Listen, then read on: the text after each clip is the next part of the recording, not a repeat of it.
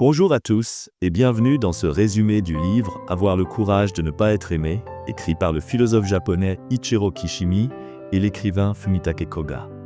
Publié en 2018, ce livre est devenu un phénomène mondial, grâce à une idée aussi dérangeante que libératrice. Et si votre malheur n'était pas une conséquence, mais un choix? Oui, un choix.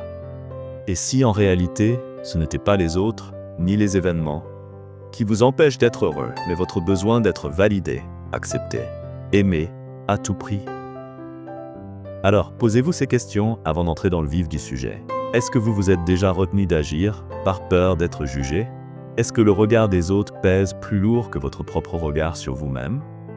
Et surtout, jusqu'où seriez-vous prêt à aller pour plaire plutôt que vivre? Et au passage, si vous vous demandez comment cette voie donne vie à mes idées, restez jusqu'à la fin. Je vous dévoile un outil bluffant que j'utilise pour ça et qui pourrait bien transformer vos propres contenus. Leçon 1. Vouloir être aimé, c'est accepter de vivre emprisonné. Exemple personnel.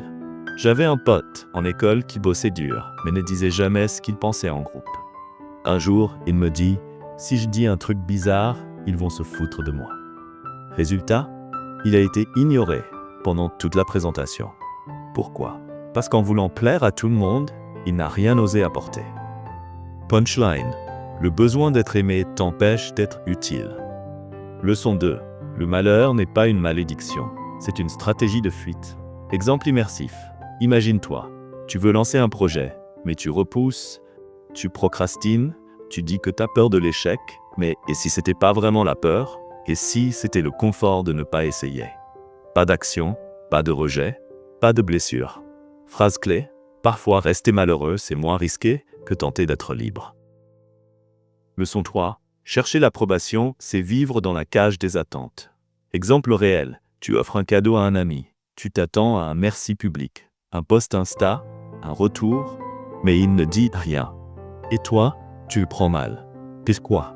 Parce que tu n'as pas donné pour contribuer. Tu as donné pour être validé. Phrase clé, ce n'est pas ton acte qui te rend malheureux, c'est ce que tu espérais en retour. Au fait, si vous vous demandez comment j'ai donné vie à mes idées, c'est grâce à Eleven Labs, un outil incroyable que j'utilise pour créer mes narrations de façon fluide et naturelle. Le mieux? Leur version gratuite est largement suffisante pour démarrer. Vous trouverez mon lien WhatsApp et affilié dans la description. Merci pour votre soutien.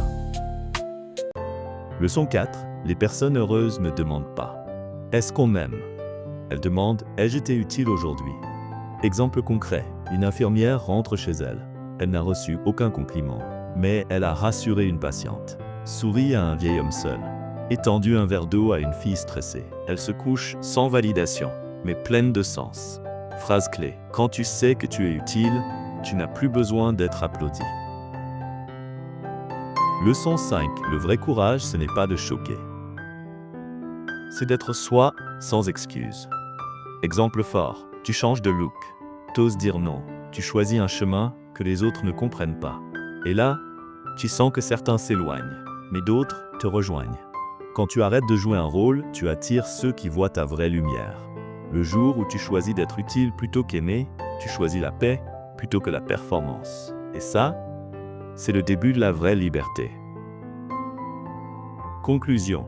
Le vrai courage commence ici. Tu n'as pas besoin d'être parfait pour être précieux. Tu n'as pas besoin d'être validé pour contribuer. Et tu n'as pas besoin d'être aimé par tous pour être libre. À partir d'aujourd'hui, pose-toi une seule question. Qu'est-ce que je peux apporter là maintenant sans chercher à plaire? Commence petit. Une parole sincère, un geste gratuit, un silence respectueux. Ose être toi-même, même si ça dérange, tu verras. C'est précisément là que les bonnes personnes commencent à te voir. Et souviens-toi, le jour où tu choisis d'être utile plutôt qu'aimé, c'est le jour où tu arrêtes de te trahir.